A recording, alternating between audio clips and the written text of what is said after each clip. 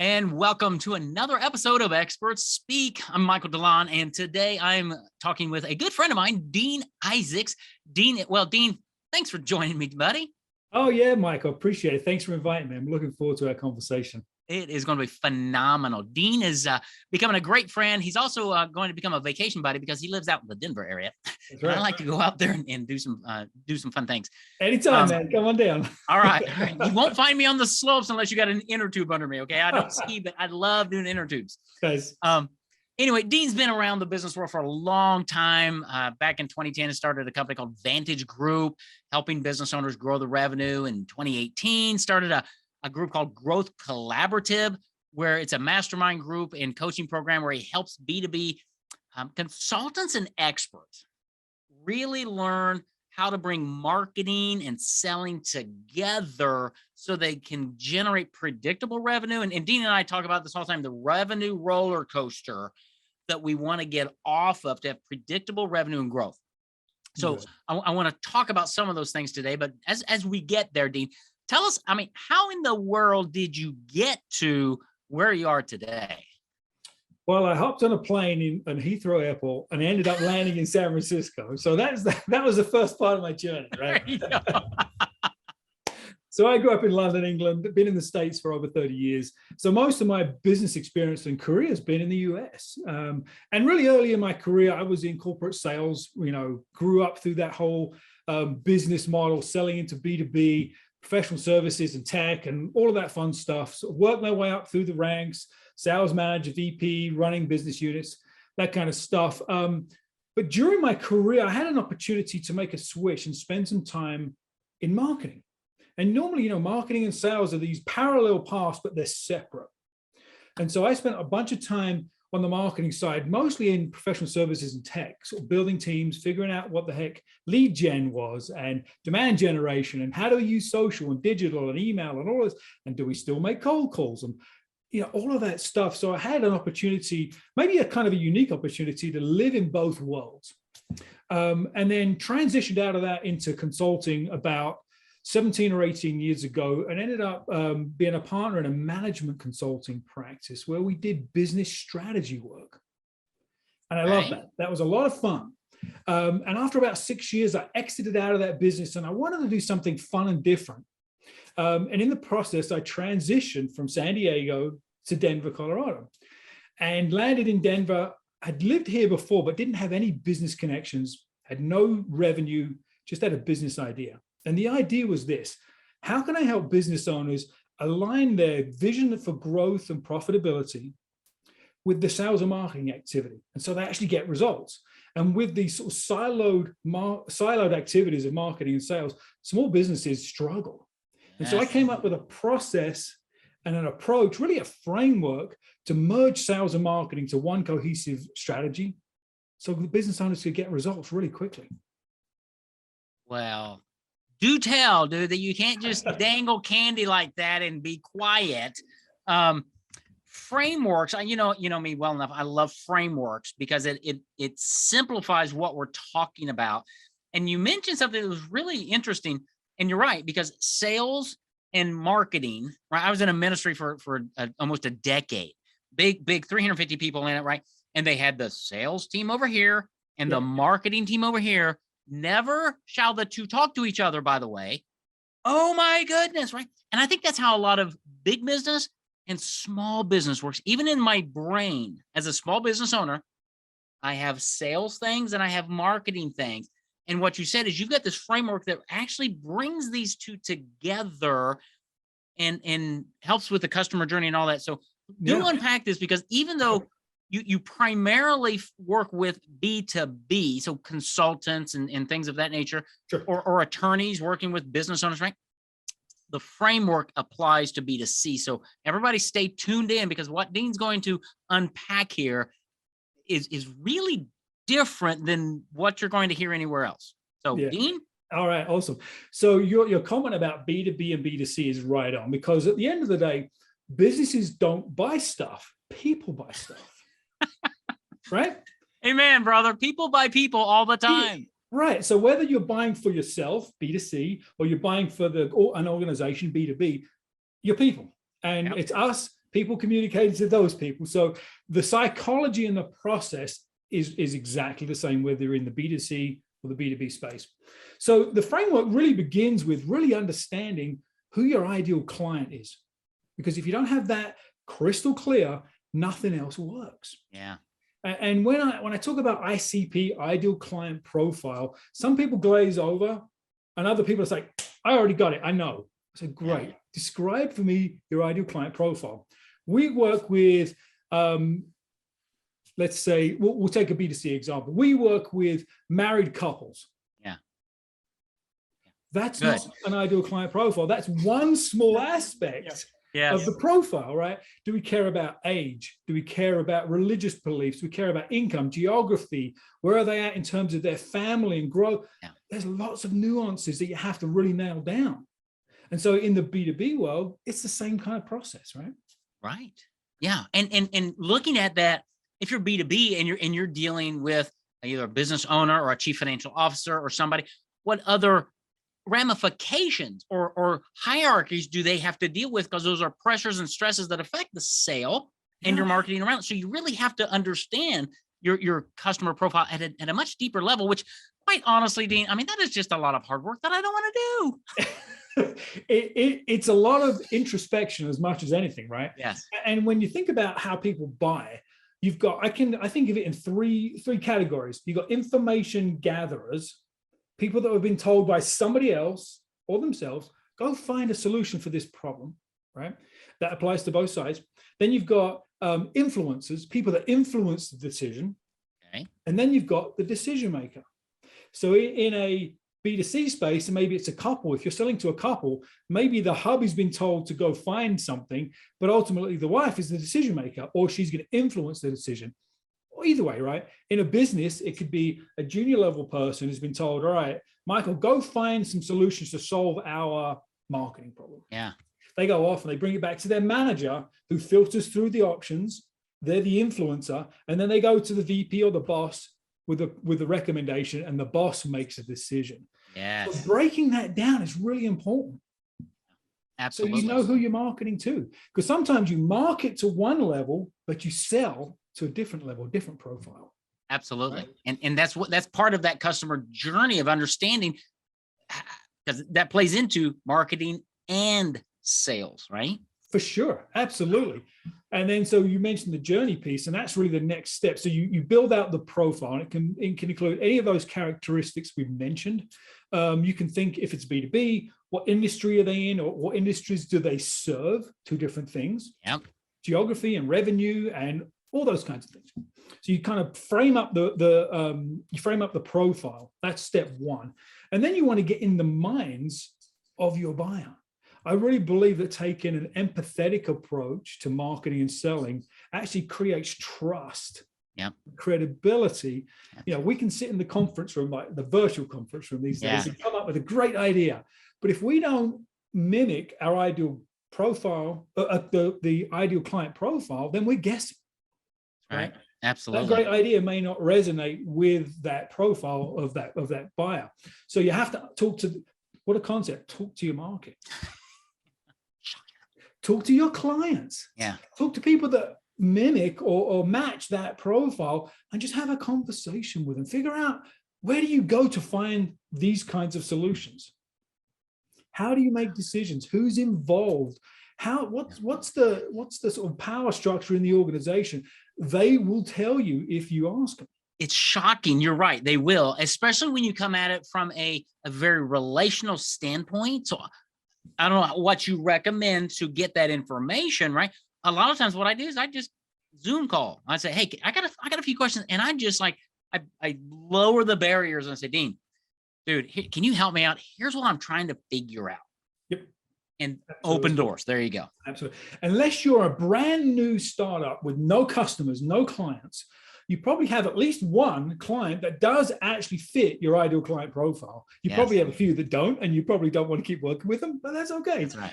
Let's find that at least that one and have that conversation. They will share just a wealth of wisdom. I went through this process for a client where I interviewed my client's clients. So I did client interviews for my client, and they were just about ready to dump $10,000 to $15,000 a month in paid search, like Google AdWords. Sure. And I sat down with a handful of their clients just to ask these questions. And not one of them said they would ever click on a paid ad for the services that my client provided. They actually don't even Google it. The first place they went is to their peer group to get recommendations. Yep. So obviously that impacted my client's marketing strategy and sales approach, and it really avoided them probably wasting $100,000 in paid ads over a year, asking one simple question. So that's really important. That's the beginning of understanding the buyer's journey. Yeah, that is so good. Well, I just came out of a coaching program, right, that I lead, and we had some financial advisors in there. And one of them said, I've been spending all this money on Facebook, not getting a whole lot. I went back and did the research, looked at the spend, looked at where my clients were coming from. And my 3 or 4 top clients have come from referrals. And we said, bingo, A, good job doing the data research. B, let's amplify that. Right. And it's but it's asking the questions, looking at your data and saying, wow, really? Yeah. Because unfortunately, Dean, not a lot of people talk about referral marketing because it's, we all love referrals, but nobody knows how to do it. Yeah. And there are strategies around that as well. For sure. And we can go off on the referral conversation here in a sec, but I think there's a passive approach to generating referrals, and there's what I call the active approach in generating referrals. And the active referral approach generates consistency in getting those referrals. You're not just waiting for the phone to ring. Right. So, but back to the buyer's journey. So it doesn't matter who your market is, you need to understand, how do they think about the problem that you can help them solve? From their perspective, how do they think about it? Is it big enough and painful enough where they're going to spend time and money to solve it? If the answer is no, then you maybe need to pick a different service, right? Absolutely. Because they're not going to spend money on it. So how do they think about the problem they're going to solve, that you can solve? Where do they go to find solutions? Do they click on paid ads? They look for referrals from their network, whatever it is. Yeah. How do they evaluate options? What's the process they go through? Who do they bring into the inner circle? What questions are they going to ask? What are the must-haves that make up the ideal solution? Figure that out. And then finally, how do they make decisions? And map it out step by step. Put in those criteria. A few bullet points under each will guide you. So then when you think about, all right, now I've got this data, what do I do? You can build out your sales and marketing strategy, the framework that we're going to talk about, that aligns with the journey they go through, which reduces the friction to making a decision. Yeah, it really is. And I keep telling people all the time, all of this stuff it's not rocket science, right? There's a methodology. You got a framework you're going to share with us. Yep. But the other thing that I tell my clients is my clients are attorneys and financial advisors and business owners, right? Yep. They struggle with marketing. And I say, it's okay. You weren't schooled in marketing. You were schooled in whatever you do. You're excellent there. It's not your fault. Don't worry about it. Hire somebody. That's why we are here, because marketing is our lifeblood. That's what we do. Yeah. If you ask me to draft your will, you're in trouble. Yeah, we can go to like whatever the Zoom. What's the legal Zoom or right? something? Yeah. Yeah, and they probably curl their toes when they hear a client went to legal Zoom. Yeah. Same as our reaction to when attorneys try and build their own marketing and sales strategy. Absolutely. So let's talk about your framework and how get our heads around this whole thing. Okay. So again, if we're taking this empathetic approach, think about when you bought something last, a major purchase, personal or business. Okay. You wanted to go through a very seamless and easy process to really understand the solution, get your questions answered, and ultimately make a decision you felt was good, right? Yep. You're kind of building trust and you're building your feeling of confidence with that service provider. Yep. But when we come flying in with great marketing ideas and we bombard our market with all these messages, and then we're kind of like, I think I understand, but I'm not really sure. Okay, maybe I should talk to somebody at that company. And then you talk to the salesperson, and they don't say anything about the messaging that they read from marketing. It's like this disconnect. Or they bring me back right to the beginning, and I'm like, dude, I know that stuff. That's why I'm talking to you. Yeah. There's a disconnect in terms of where buyers are at and where sellers are at.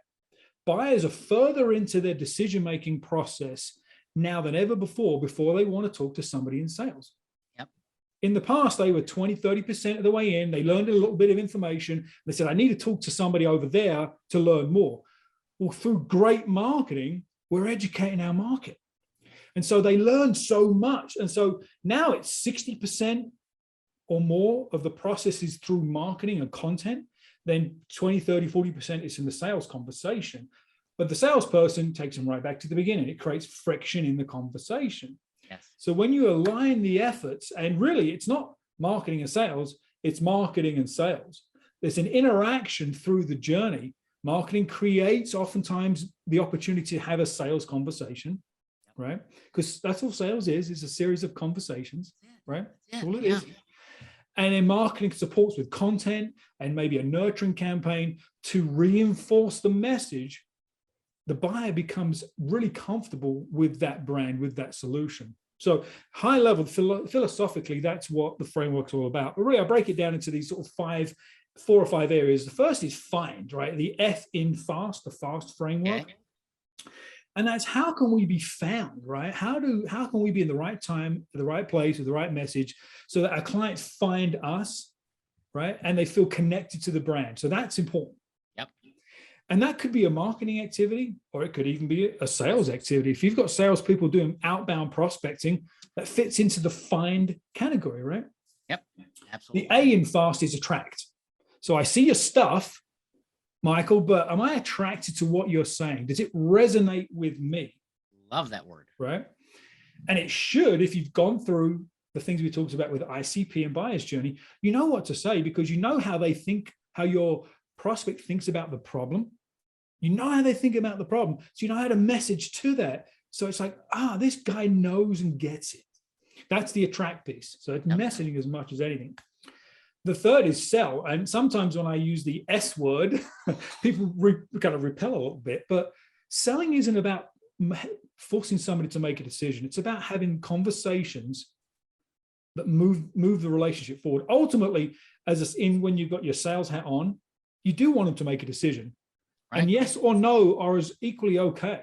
Absolutely. Because you're not going to close them all. You don't want to close them all, but you do want to get to a decision. So you help them make a decision. And sometimes it's like, Michael, I don't think we're a fit for you. And you step back. So that's the S. And then finally, the T in FAST framework is transformation. And for me, that's why I'm in business, is to help my clients transform their life and their business so they can have what they want in the world, right? In their life, help their employees, help their clients. So to me, transformation is part of how I approach this whole thing we call business. That's great. And I love that, the FAST framework. And the transformation is the emotional part. That's really what they're buying. That's what they're paying for. They have to go through the process of marketing and sales and talking to get that transformation, right? So last year, we bought an above ground swimming pool. After years, right? We went through all the gyrations. We did the research. We talked to people. And I really didn't want to talk to people necessarily, but I had to share the vision of what I wanted. What I wanted was fun with my family, cool swimming, that's what I want. I have it. I can't wait for the weather to change. That's the transformation. The challenge with it, I didn't find anybody who helped me through that. We bought a pool, but they didn't have what you have, because lowest common denominator. You find a company out there who gets what you're talking about, who have somebody like you, your sales are going to skyrocket, because nobody does this. Nobody does it. And so here's the part that people get stuck with, is defining what that transformation should look like. And I'll give you a 2-step process, a really easy 2-step process for you and your audience to go through. First of all, document the current situation with your prospect. What does the current situation look like? What are the pains? What are the issues? What are the negative outcomes of being in this current situation? Start there. Get super clear, because that's what starts the conversation, right? They've got this pain they want to get to go away. Right. And then we've already talked about this, talking to your clients, talking to the market. Define that future scenario they wish to be in. What does that look like? What does that feel like? How does that need to show up? And what are the positive outcomes of being there? So you've got current situation, negative outcomes, future situation, and positive outcomes. That's what they're buying. Right. They're not buying the process, which is what we put in the gap between current and future. Our solution fits in the gap. They don't care about the gap. Yeah. But isn't the gap where we spend all of our time, especially in salespeople? Totally. We're in love with our thing, our widget, our process, our tool, our whatever. They don't care. No, and it causes friction. Yeah, it's like gone. Because as soon as you start throwing the features out and the benefits out and all this other sales jargon, they pick it apart. Or you're giving them ammunition to say, I don't think it's the right fit. Right. Or I need to think about it because you're confusing me. I've got to go Google what you just said, but I'm not going to ask you. Totally. So that's the secret sauce, is get to that future scenario and the positive outcomes, the wishes, the dreams, the desires, the cool swimming around in the Arkansas summer where you want to be cool. That's what you're buying. Yeah. And the memories and all of that. Yep. That's the transformation, right? Yeah. And that is an emotional decision. Too many times when we're selling logic and we get them flipped. Yep. And it's so funny, right? They say that decisions are made first by logic and then justified by emotion. And I think there's truth to that for sure, right? Because we want to justify it because it feels right. So you and I talked about this the other day, Michael, this concept of credibility, your world, right? Credibility marketing. Yes. But where does trust fit into that too? Because you could be credible, certified, experienced, but I just don't trust that dude. That's right. And you're not going to sell anything. So you have to have both. Yeah. And really leaning into that transformation, that future scenario, how they tie their value to the purchase. You'll build trust and you'll build credibility along the way. Absolutely. Yeah. And it's interesting because you bring this out. So as you work with your clients, right? And as my listeners are thinking about all of this, how do you bring, if you have a small business and you've got a marketing director and you have a sales direct, what's your counsel to, how do you get them start moving on the same page? Yeah, I love this question because it applies as soon as you've got two people doing, or at least one doing marketing and one doing sales, this happens. Whether you've got 1,000 people in your company or 4 or 5, it always happens. The place I start is making sure everybody's focused on the same goal. Ooh, okay. Right? So how do most people measure the success of a marketing director? Maybe it's increased traffic to our website. Maybe it's more downloads of a white paper, or it's increased likes on Facebook. All of these sort of like vanity type metrics, open rates on my email and blah, blah, blah, blah, blah. What are sales guys measured on? Salespeople measured on? Selling stuff. That's right. Numbers. Number one, sell stuff. I don't care if you play golf 7 hours a week. If you're selling beyond your quota, dude, go keep doing it. Nobody cares. Go sell stuff. So you've got these two diverging goals because all the metrics, all the traditional metrics of marketing don't necessarily correlate 100% to generating revenue. There's a gap between marketing metrics and sales activity. And so I get everybody on the same page and everybody's measured on the same thing, which usually means a revenue related metric, which scares marketing people. They do. Yeah, big time. They don't like that at all because they like to hide. Hang on a minute. But it gets them aligned. It gets them in the same room, talking the same language, pointed in the same direction. And that's so important. Yeah, that's great. Because really, at the end of the day, it is a metric, but it's a metric that flows from serving our client, our ideal client, which comes from understanding that journey. Where is that client? What's the buyer's experience? And how do we align marketing and sales to serve them to know when they come to us, where are they on that journey? So that we can engage properly. You got it. And I think metrics are so important for a one-person business or bigger, right? You've got to have numbers. You've got to have data. You've got to have systems to support that data. And so once you've got, let's say it's a revenue number, and we can say, all right, we want to generate $1 million in new revenue this year with new clients, okay? You start breaking it down and you reverse engineer it, right? What's the average size of our deal, right? How many times does an average client buy in a year? And you can quickly come up with how many new clients and how many deals you need to close, right? Right. And the metrics vary depending on the type of business. So now we know we need to say we have to generate 50 accounts or 50 closes this year. Sweet. Sales, it's still saying, all right, I've got a sense of 50 deals. How am I going to get there? And marketing's like, well, I don't know how we're going to support that. So you take the 50 and you say, how many proposals, let's say, I'll use business language, right? Sure. How many proposals do we need to produce to close 50 deals? We're a 50% close rate. Sweet. So we need 100 proposals. Okay. How many good quality leads do we have to get to 100 proposals to get to 50 deals?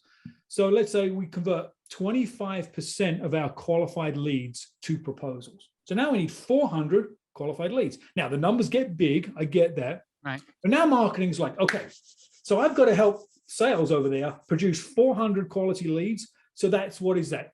X number a month. Some are going to come from prospecting. Some are going to come from our active referral program. Some are going to come from our webinars, and they can get their marketing head around the metrics, but they're fully aligned with the bigger goal and what sales is doing. Yeah. So that's how I sort of reverse engineer the numbers to get everybody aligned. And it can be much smaller numbers than I use, but just for a point of reference. Yeah, it's fascinating. And, this is probably heresy, but what if you got those teams aligned and you gave, salespeople are many times are driven by money, by commissions, right? And bonuses. Yep. What if you spread that out and said, hey, marketing, you're supporting sales. Let's get on the same page. And when we as a company hit that number, everybody gets a bonus or something like that, right? I love it. Unheard of in marketing. I love it. And that's what I recommend to my clients. I think that people should be bonused on two levels: individual performance and group performance. Yeah. Right. The group performance may be revenue for the company, right? And everybody gets to participate in that at some level, some at a higher level, some at a lower level. But also individual goals really drive performance as well. So you have both. So for salespeople, it could be sales activity, and we measure what that is. We know what it is. It fits into the process, and they've got to hit their metrics to get their individual bonus. Yep. And then they get their sales commission. On the marketing side, same thing. Yes. They've got to produce X number of qualified leads, marketing qualified leads, MQLs, right? Or whatever their individual goals are. They get bonus on that, but they also get bonus on quality, because quality leads to revenue. Absolutely. So I think having both of those in place is critically important. Yeah. And putting them on the same team. And oh, by the way, could you even have them maybe in the same office? Because so many times sales is over there and on the other side of the building is marketing. It's like, well, come on, people, let's work together. Yeah. And with smaller businesses, or if it's like the owner operator business, what we find is that the owner is usually, they don't want to be involved in any of that stuff, right? They're really focused on the widget. Yes. They're the subject matter expert there, or they're more marketing oriented or sales oriented. So they need some help getting all of this put together, certainly. Right. Or if there's like a VP of sales and marketing, they're usually more oriented one way or the other. And that does skew how they go to market. And that needs to be sort of worked on and supported. But it's just, we see this sort of pendulum swing, right? It's marketing's not working. Let's put all of our time and effort over there. And it's like, okay, you just forgot to support your sales folks. Yeah. It's very interesting you talk about that. You and I have a guy in our mastermind, and he said something the other day, which I thought was really, really good. He's like, as soon as you hire that VP of sales and marketing or something, you've stopped his growth. Yeah. Because now he's there trying to figure all this stuff out himself versus being in a group setting, like your group coaching program or something, where their growth doesn't stop. It actually accelerates because they have not only your input, but that of peers, right? Talk about that dynamic, because that was a great way to put it, I think. Yeah, it is interesting. So when you put somebody into a business, usually they're focused now on the business and not the external, right? Their focus shift. They've got a boss they want to impress. They've got to hit their numbers and all of that stuff. So they see the world through a different lens. And so my group program, the mastermind program, is really designed for small and mid-size B2B professional services type folks. It doesn't have to be B2B. Like we said, people buy stuff from other people, but it's people that are subject matter experts in their own world. that's usually not marketing or sales, right? They're insurance, they're bankers, they're CPAs, they're consultants of all types. And they've gone to market, they've had some level of success, right? They've got revenue, maybe they've got a team, they've got clients, but they've hit this plateau because what got them where they are isn't going to get them to that next level. That's right. Some of it's operational and systems oriented, but a lot of it, they don't have the fuel in the engine to grow, which is the sales side. And so this fast process, this fast framework simplifies all of this. And really it cuts out 90% of the noise and gets them focused on a few high performing activities to get most of the results. Is it the 90-10? Is it the, or the 80-20? I think it's probably more like 90-10 really, right? Well, it really is. And in what your fast framework in this group setting, you and I both know that, people learn about 5 times faster in a group setting than they do anywhere else. So you give them an accelerator really for their business with your fast framework, but it's not, okay, get my program. And oh, by the way, here's the fast framework, go make it happen. Mm-hmm. No, it's interaction with you on a regular basis. It's your peer group. Unlike many of your clients and my clients have like organizations, fraternities or whatever they're part of. Those are well and good, but they don't do this. No, they don't. And you can go buy a video program too, right? Go spend $100. But the data shows that 90% of people that buy video online programs never complete them. That's right. But with the mastermind group setting, there's that peer camaraderie and learning and growth and learning and seeing other people succeed and figuring out the speed at which they get to 100 miles an hour is so amazing. And it's so fun for us to, like, you go through the same process with your people too. Absolutely. It's so fun to watch. And so it's a combination of a little coaching and teaching so they can take some action. Yeah. And when you take action, you learn and you come back with questions and you refine and you go again. Yeah, and that's the secret. It really makes a big difference. And the other thing I love is that the group refer each other as well. A lot of times they build their businesses just from the group's relationships, forget about new clients out in the world. So it's just such a great environment. Yeah, it really is. And that's why I love what you guys do, because you're able to bring it together, because so many businesses are like, well, we need help with sales. So we'll go hire a sales consultant. They don't talk about marketing at all. That's taboo. So now we go hire a marketing group and the two never talk to each other. Whereas when they come to you, you're helping them have this framework, this perspective, and say, here's how we pull it together for your organization. Yeah. Now you're going to get some acceleration to get to that $1 million a year or whatever you want. Works so much better. Yeah. And I've been through this process myself, right? Trying to make sure that I'm drinking my own Kool-Aid, right? That's right. Yeah. And so I interviewed a bunch of my current clients and I said, look, what makes our approach different? Because I know what I think, but again, let's make sure we're in the shoes of the buyer.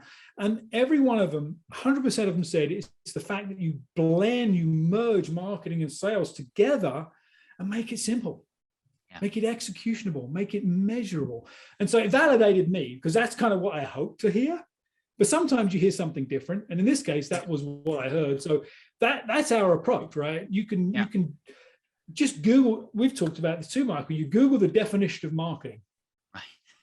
And you get 1 million different definitions. So we all kind of create our own, right? And then sales, typically people know what sales means. But there's no good definition of this blended approach that aligns with how your buyers' experience is when they make decisions to buy stuff. And that's really that was my epiphany 10 years ago. It's like, holy cow, let's break these silos down and make it easy. Right. That's incredible. No, I love that. We need to come up with a whole name of that thing and just create a whole new right? Because it really is, because it's like, you're taking 2 train tracks, sales and marketing, and you're bringing them together on one fast track to say, okay, here it is. Here's how you hit the accelerator. Yeah. And it's just as powerful whether it's a solopreneur or a full, mid-size or large business. The impact is the same. Yeah, that's exciting. That's cool. All right. So we're going to put all this in the show notes and your fast framework. How do people get a hold of you? What's the next step for somebody? B2B, even a B2C person who's like, wow, this is crazy. How do they reach out to you to get some more information? Yeah, I'm happy to talk to anyone. I love talking about this stuff. I know you love talking about this stuff. So if anybody in your audience that just wants to chat and get some ideas, reach out. It's easy. And if I'm not a fit, I know someone that probably is, and it's probably this guy on the screen with me. But if it's not, we know lots of good folks in this business. That's right. So you can if you go to LinkedIn and just find me on LinkedIn, just search for Dean Isaacs. You'll find me on LinkedIn, super easy. I'm probably one of the top ranked under Dean Isaacs. You can go to Vantage Group. If you just Google Vantage Group Denver, you'll find me in Google. Those are probably the easiest ways to find me. You can go to my website, Vantage Group, thevantagegrp.com. Bit of a mouthful. There wasn't a lot of good domains. That's right. They're hard, aren't they? So yeah. Google me. Find me on LinkedIn. I'm out there. I'm on Instagram too, under my name. So you can find. I'm very easily found. Dean Isaacs Denver. I like that. Did you go find Dean Isaacs Denver? Yes. I'm sorry. We'll find. Or just go to the show notes. It's going to be in there. It's all good. I've got a ton of content on LinkedIn about all this stuff. So that's great. Probably a great place to go. Just hop on LinkedIn, find me there, connect with me, say hi, tell me that. Let me know that you found me through Michael's podcast. That'll be fun too. Absolutely. Yeah. So obviously Dean's got, he's a great guy. He's fun to talk with, super just knowledgeable about all this stuff and just passionate. And that's what I love working with you and with other people who are we're really passionate about what we do. And we want to help business owners grow. We want to help transform business, business owners, business salespeople, the whole team. And it is doable. And you deal with it as much as I do. Business owners are frustrated and they're frustrated with marketing. But what I find is we can get the marketing working, but their sales process isn't as good as it really should be. And there's closing 20, 30%. It's like, great. What if we increase that just 10%? What does that do to revenue? Yeah. Now let's bring them together and you just grow. So it's not like you don't have to grow 70% a year. If you grew 10% better in marketing, 10% better in sales, put those two together. Now you've got that compound impact. You're growing at 20, 30% a year. That's pretty significant growth. It truly is. And it's, what do you want? It's like your business why, right? Yes. What do you want out of your business? If you want to be the next Elon Musk, awesome. Build a plan to get you there. If you just want to have a really great lifestyle business so you can work 30 hours a week, let's do that too. Right. I'm working with a client right now, and that's kind of what she wants. She wants 30 hours a week. She only wants to work with 4 or 5 clients a year, but she wants the right kind of client that's going to pay her the most value, and she's going to have fun. And she scratched around for years trying to find clients, and 10 years, she was in business for 10 years, and she was chasing 4-figure deals. So after going through this process with me, she closed 3 5-figure deals in the first 90 days. And converted one of those to a 6-figure relationship for the next year. And I said to her, are you working more than you did before? She said, I'm working less. I said, did you feel more stressed? She said, no, I'm having more fun.